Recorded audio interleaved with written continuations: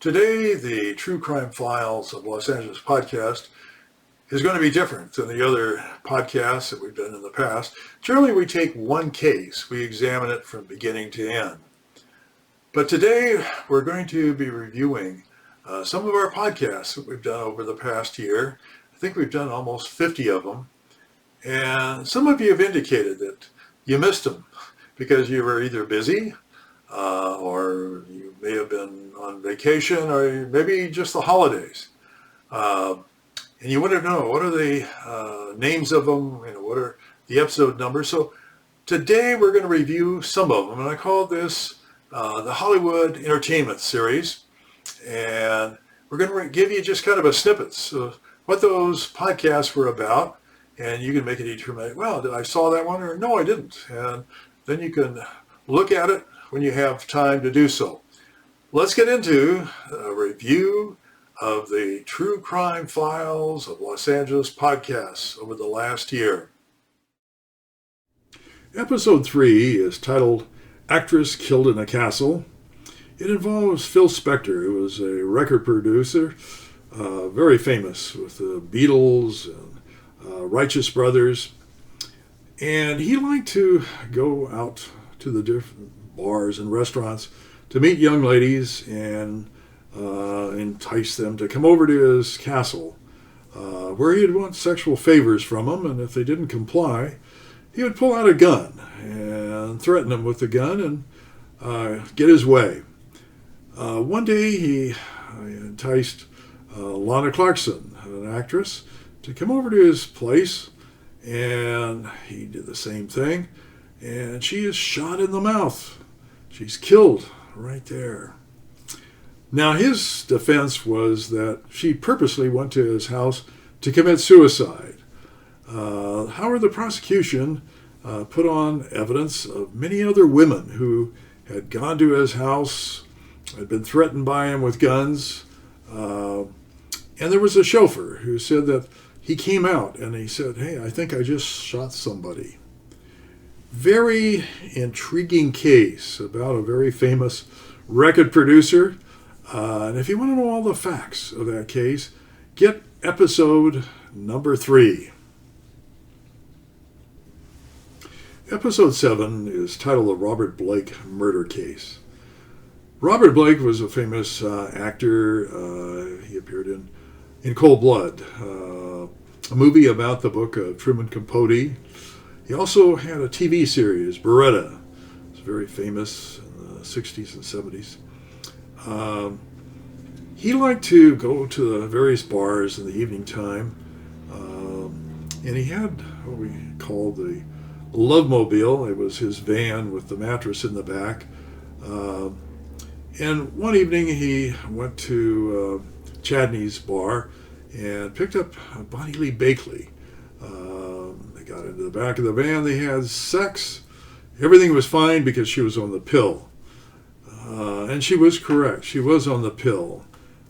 But it was fertility pill, not birth control pill, and she ended up pregnant. She contacted Blake and said, "Hey, I'm pregnant," and she had the baby. And eventually he married her, but he hated her. He was not happy with this marriage.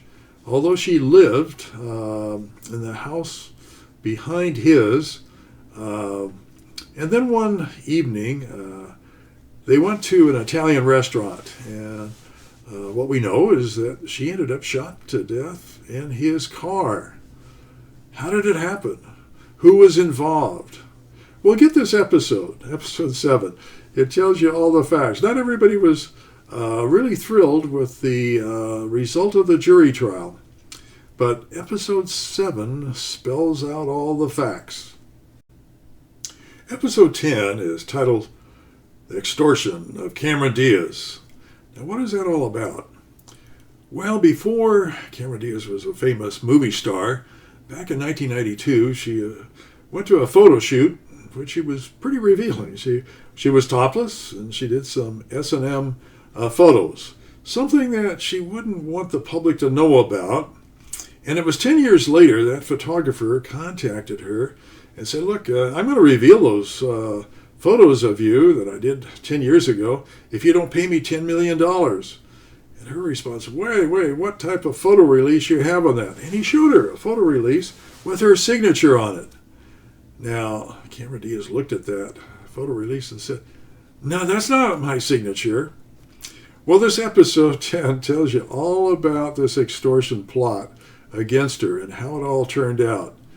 So to learn the facts of this very, very curious situation, episode 10. Episode 16 is titled The Stalking of the Stars. And one of the stars was Madonna. She had a very nice home right below the Hollywood sign. And there was a stalker that continually tried to get into her yard.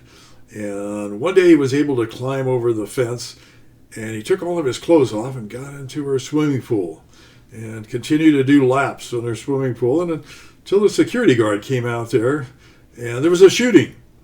And as a result of that, Madonna had to come to court and she had to testify. And she was very upset having to be in that courtroom. And she said, it makes me feel incredibly disturbed that the man who threatened to kill me is sitting across the room from me in court. A very sensational case, and it had an interesting ending. So if you want to know more about the Stalking of the Stars, get episode 16. Episode 22 is titled The Hollywood Murders. And one of the cases we talk about there is the Silent Movie Theater on Fairfax Boulevard, south of Hollywood. There's many people who enjoy seeing these old silent movies. And the owner of the theater, he was there selling tickets in the ticket booth. Then somebody came up with a gun and shot him. And he falls dead right there in the ticket booth. Then the person runs into the theater and shoots into the ceiling.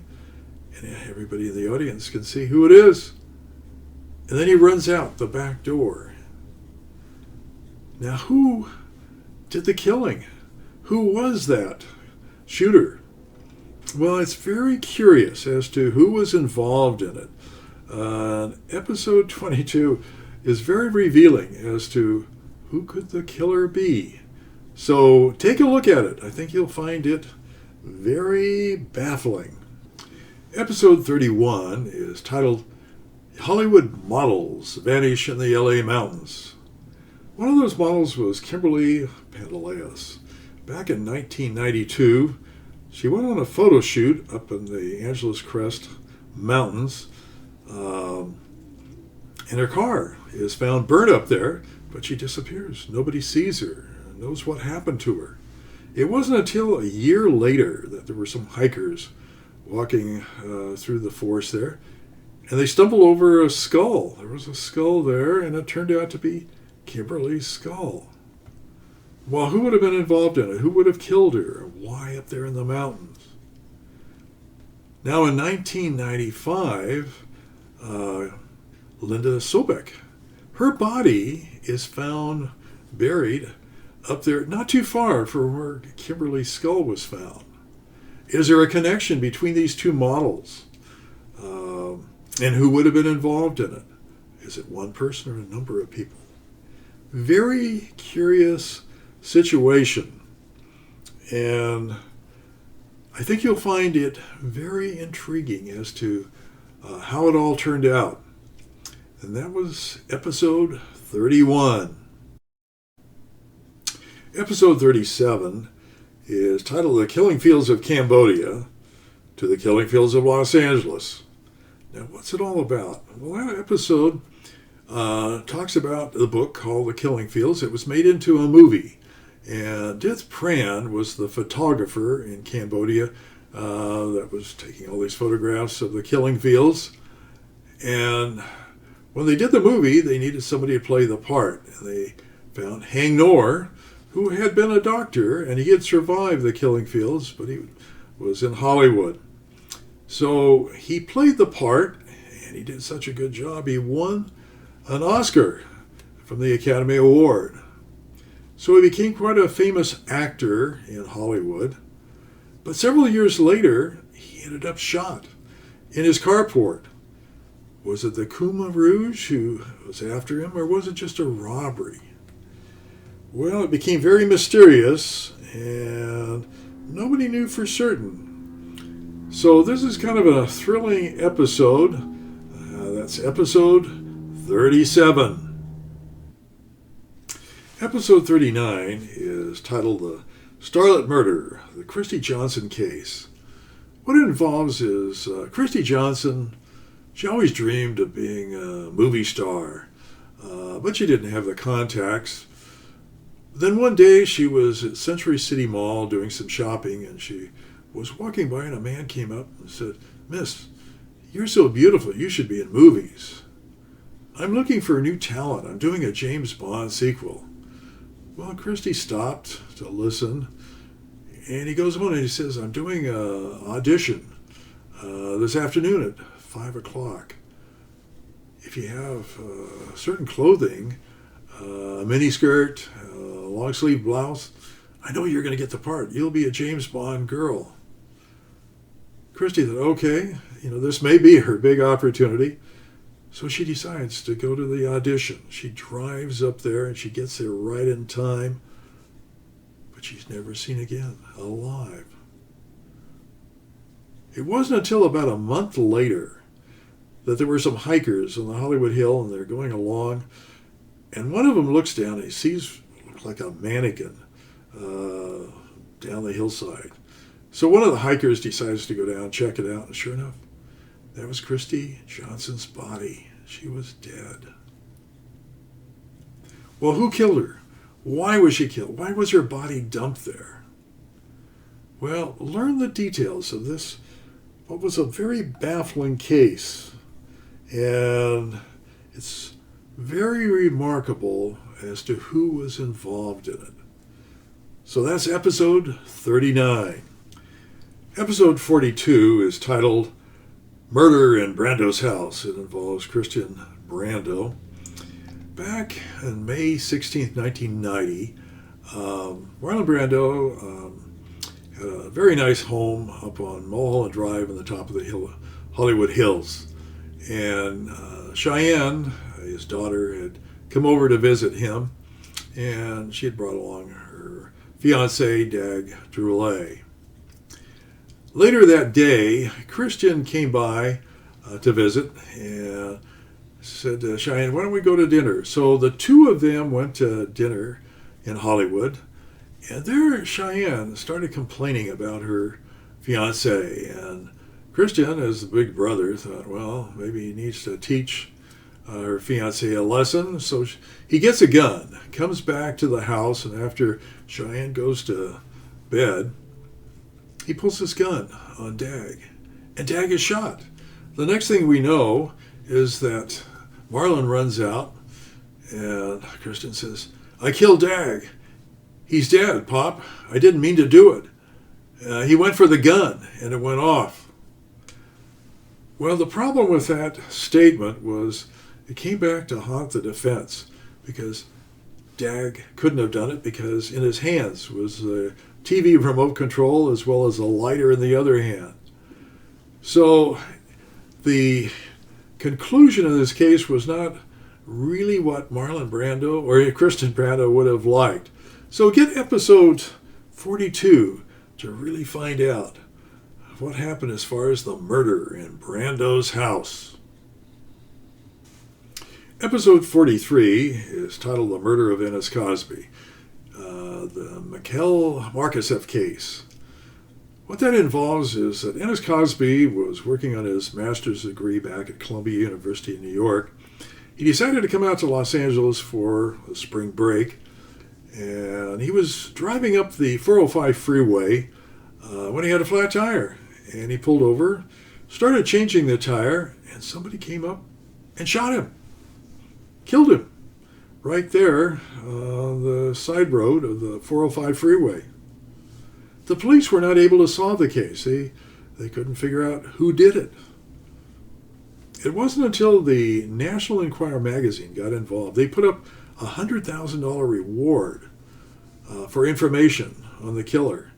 And sure enough, somebody came forth and indicated who it was. and also described where the gun could be found.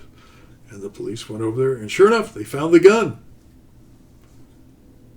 Very fascinating case. Very sensational as to how it was solved. And to learn all the facts about it, look at episode 43, The Murder of Ennis Cosby.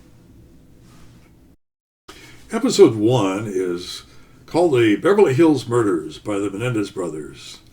Most likely everyone has heard about the Menendez Brothers case. It involved the parents being shotgunned to death in the family room of their Beverly Hills house. The brothers were not suspected of being involved in it at all. It wasn't until several months later that Eric Menendez went to a psychiatrist and explained to him that he and his brother were involved in killing their parents. And as a result of that, both brothers would go to the psychiatrist for therapeutic sessions, to talk to the psychiatrist and to confess as to what they had done. The psychiatrist was concerned about his safety, so he had asked his girlfriend to sit in the back room and kind of eavesdrop so that she could call the police if anything ever happened to him.